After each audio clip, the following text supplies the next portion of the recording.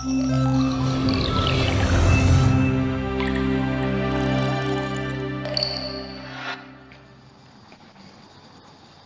pagi anak-anak, bagaimana kabarnya hari ini? Selamat pagi, Ibu. Alhamdulillah sehat, Bu. Alhamdulillah. Apakah hadir semua pagi ini? Hadir, Bu.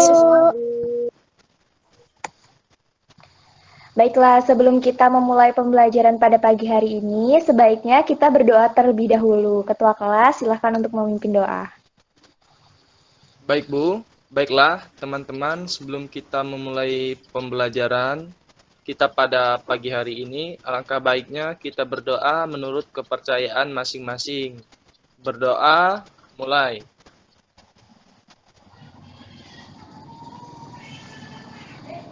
Berdoa, selesai. Baik, terima kasih Yuda. Sebelum membahas lebih lanjut tentang materi hari ini, Ibu ingin bertanya kepada kalian. Tahukah kalian jika koloid itu dapat bermuatan listrik? Apa saja ya kira-kira macam-macam koloid berdasarkan muatan listriknya itu? Ada yang bisa bantu menjawab? Saya izin menjawab, Bu. Iya, silahkan Kiki. Partikel-partikel koloid mendapat muatan listrik melalui dua cara, yaitu dengan proses absorpsi dan proses ionisasi. Ionisasi itu gugus permukaan partikelnya. Berdasarkan muatan listrik tersebut, koloid dibedakan menjadi dua, yaitu koloid bermuatan positif dan negatif, Bu. Ya, bagus sekali Kiki. Nah, hari ini kita akan mempelajari tentang salah satu sifat dari koloid, yaitu koagulasi. Nah, diharapkan setelah pembelajaran ini selesai, setiap siswa dapat menjelaskan apa itu pengertian koagulasi dan contoh peranan koloid dalam kehidupan sehari-hari berdasarkan sifat koagulasi koloid. Nah, Ibu telah mengirimkan LKPD di grup WhatsApp, silahkan dibuka dan dicermati. Diskusikan jawaban dari LKPD bersama kelompok yang telah dibentuk di pertemuan kemarin. Baik, Bu.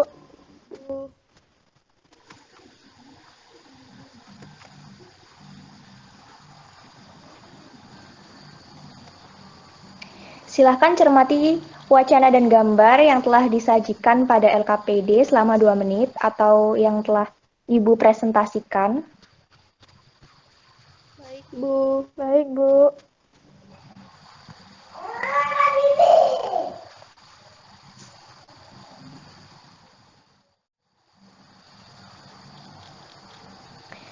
Waktu habis, silahkan ajukan pertanyaan berdasarkan wacana tersebut. Saya izin bertanya, Bu. Ya, silahkan Ibni. Bagaimana proses pembentukan delta?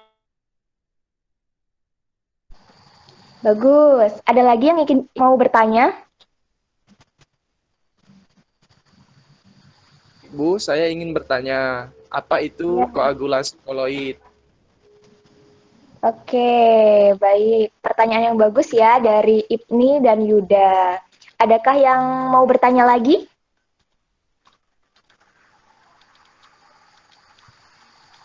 Oke, baiklah. Jika tidak ada yang bertanya lagi, kita masuk ke langkah berikutnya, yaitu mengumpulkan data.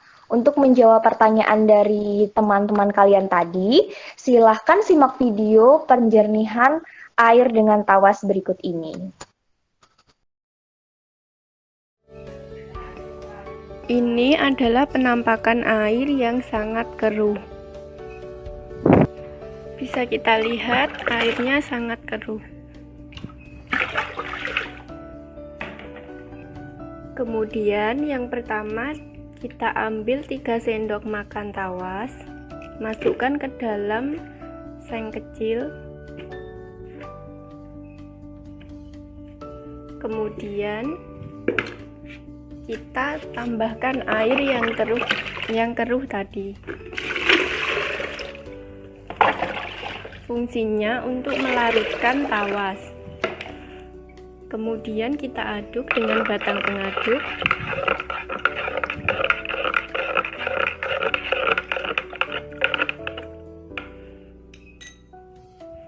Setelah tercampur rata, kita masukkan air tawas yang telah diaduk tadi.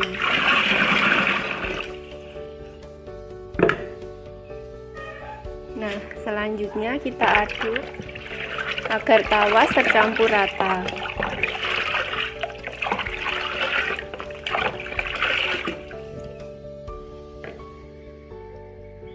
Kita tunggu untuk beberapa jam, dan ini adalah hasil air yang telah diberi tawas tadi.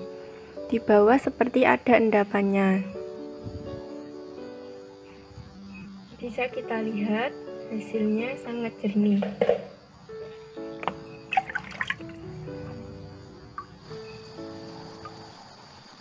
Oke, sudah ya. Nah, sekarang kalian amati gambar submikroskopik proses penjernihan air dengan tawas. Nah, berikut ini. Silahkan diamati ya. Perhatikan sebelum ditambahkan tawas, saat ditambahkan tawas apa yang terjadi, dan di akhirnya bagaimana. Jangan lupa hasil pengamatannya dicatat pada lembar peserta didik.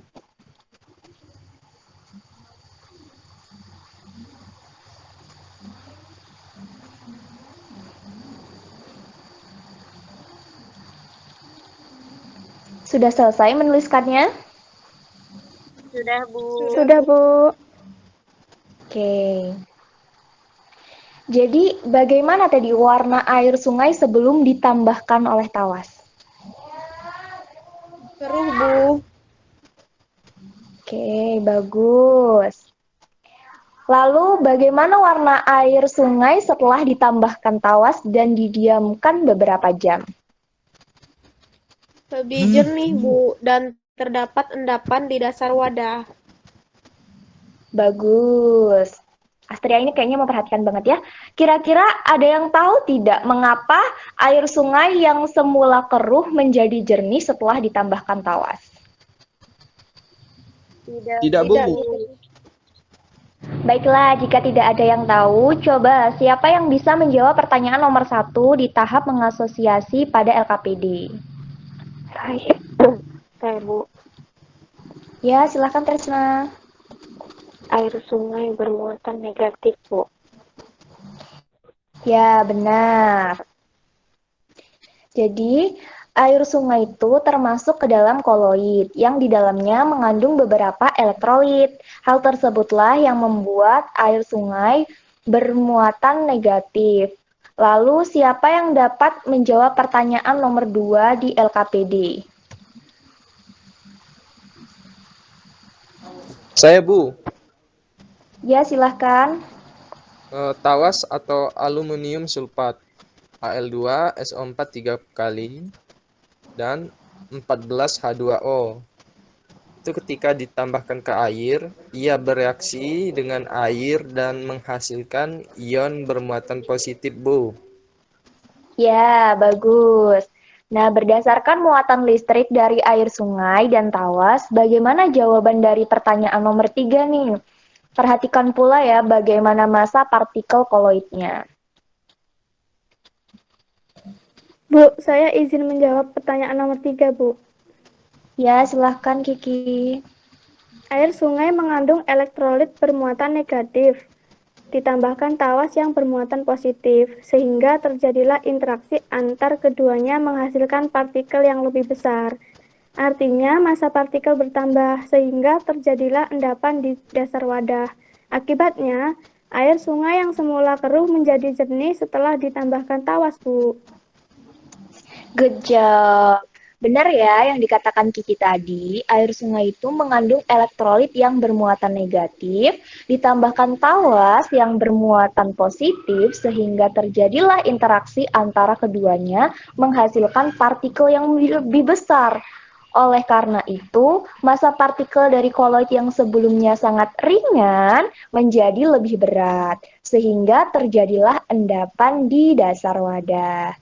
Akibatnya, air sungai yang semula keruh jadi jernih nih setelah ditambahkan tawas. Bagaimana? Apakah semua sudah paham? Sudah, Bu. Paham, Bu. Bagus. Sekarang kita kembali ke pertanyaan Ibni di awal tadi. adakah yang bisa membantu nih menjelaskan bagaimana proses pembentukan delta di muara sungai? Coba analogikan dengan proses penjernihan air dengan tawas tadi. Saya Bu, pada muara sungai itu terdapat koloid tanah liat atau lumpur yang bermuatan positif.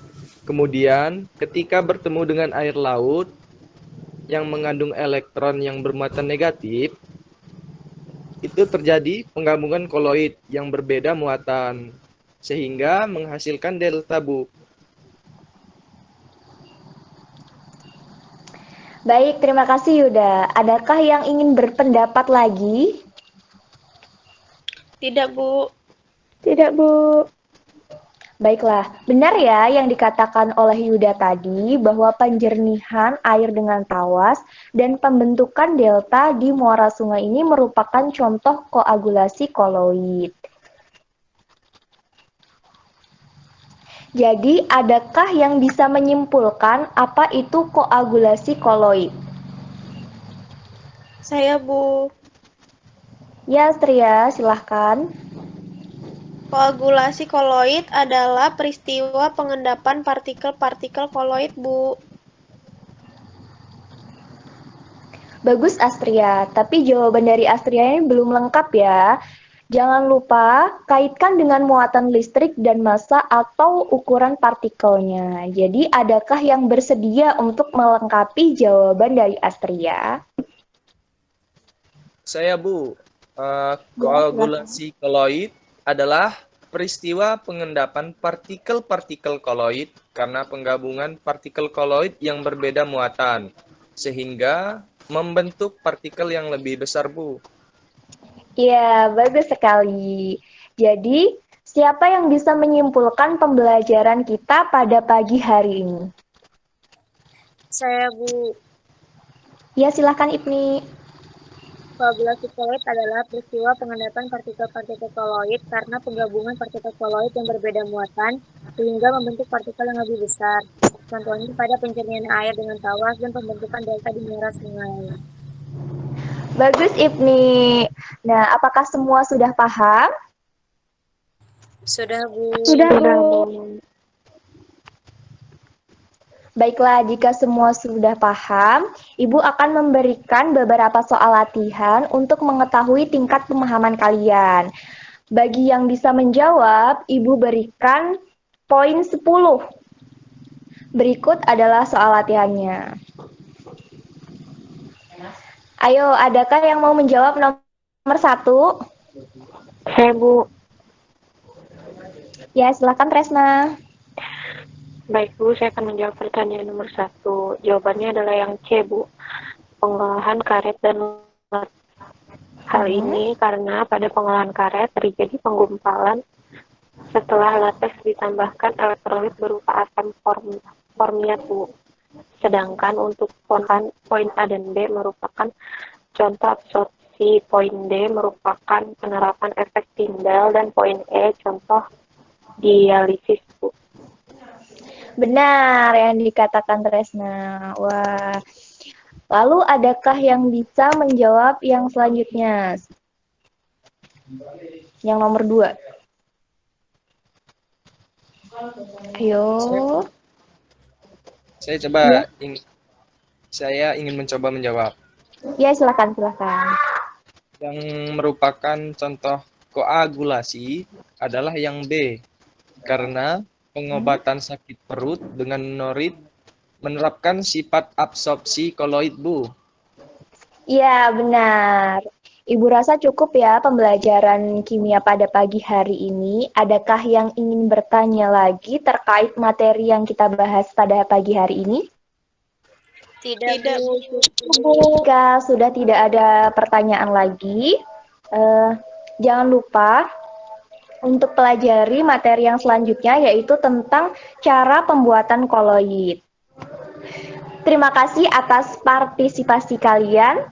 Tetap semangat. Ibu tutup pembelajaran kimia pada hari ini. Selamat pagi. Selamat pagi, Bu. Terima kasih, Bu. Ya, terima kasih.